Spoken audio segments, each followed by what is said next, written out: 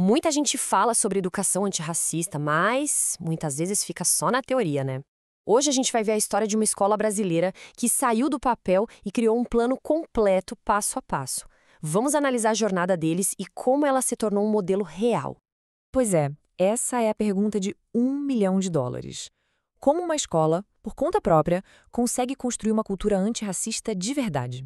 A resposta está na história da Escola Estadual de Educação Profissional Leopoldina Gonçalves Queizado, lá no Ceará. O que eles fizeram virou praticamente um manual. Então, vamos mergulhar nisso. A missão dessa escola se tornou um estudo de caso muito poderoso, sabe? E ele foi construído em cima de pilares bem claros, bem estratégicos. E o ponto de partida de tudo, olha que interessante, foi a biblioteca. O primeiro passo foi esse, transformar a biblioteca, deixar de vê-la como um simples depósito de livros e passar a usá-la como uma ferramenta ativa na luta contra o racismo. Afinal, aquilo que está nas estantes ajuda a moldar a visão de mundo de todo mundo. 58. Guarda bem esse número. O que será que ele representa? Bom, ele foi a sementinha de toda essa transformação.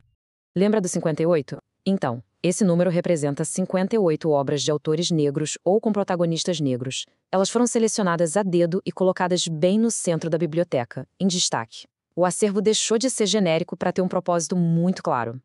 E essa curadoria não foi aleatória, não. Tinha uma baita estratégia por trás. A ideia era, primeiro, valorizar a representatividade negra na literatura. Depois, usar esses livros nas aulas e projetos, também criar um polo de pesquisa sobre cultura afro-brasileira e, o mais importante, usar tudo isso como base para ações antirracistas em toda a escola. E para a gente ter uma ideia do peso dessa mudança, olha só alguns dos títulos que entraram. A gente está falando de obras como Becos da Memória, da gigante Conceição Evaristo, a graphic novel Cumbe, do Marcelo de Salete, o diário super impactante da Carolina Maria de Jesus e o premiadíssimo O Avesso da Pele. Cada livro desses é uma janela para outras realidades, para lutas e para potências negras. Ok? Com o acervo transformado, o passo seguinte era dar o vocabulário para os alunos, dar as ferramentas para eles entenderem e, principalmente, nomearem o que eles vivenciavam. Porque não basta sentir, né? É preciso saber nomear. O ponto de partida foi o conceito de racismo estrutural, que é aquela ideia de que o racismo não é só um ato individual, uma ofensa de uma pessoa para outra, mas sim um sistema todo. Um conjunto de práticas e costumes que está embutido na sociedade e que acaba perpetuando a desigualdade. Entender isso muda o jogo.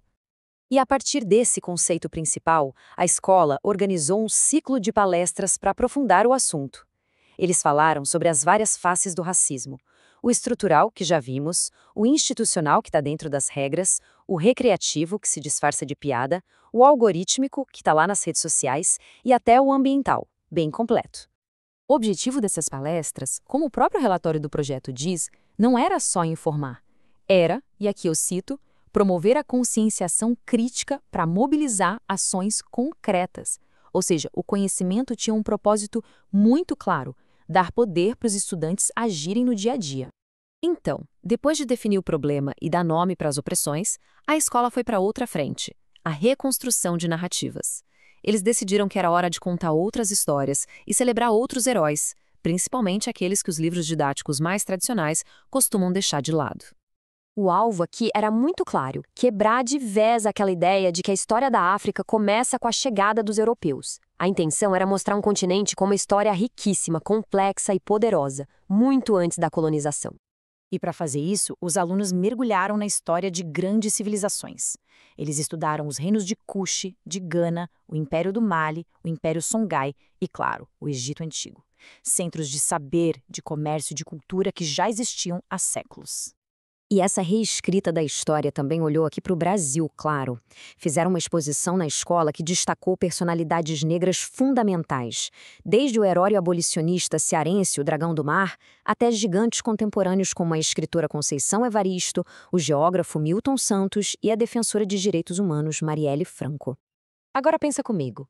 De que adiantaria toda essa mudança de cultura, de mentalidade, se ela não virasse algo permanente? O passo final, e talvez o mais decisivo de todos, foi levar essa nova consciência antirracista para as regras oficiais da escola. Essa mudança no regimento escolar não foi só uma nova regra no papel. Nas palavras do próprio relatório da escola, foi a reafirmação de um compromisso institucional. Foi a cultura se transformando em política oficial, de verdade.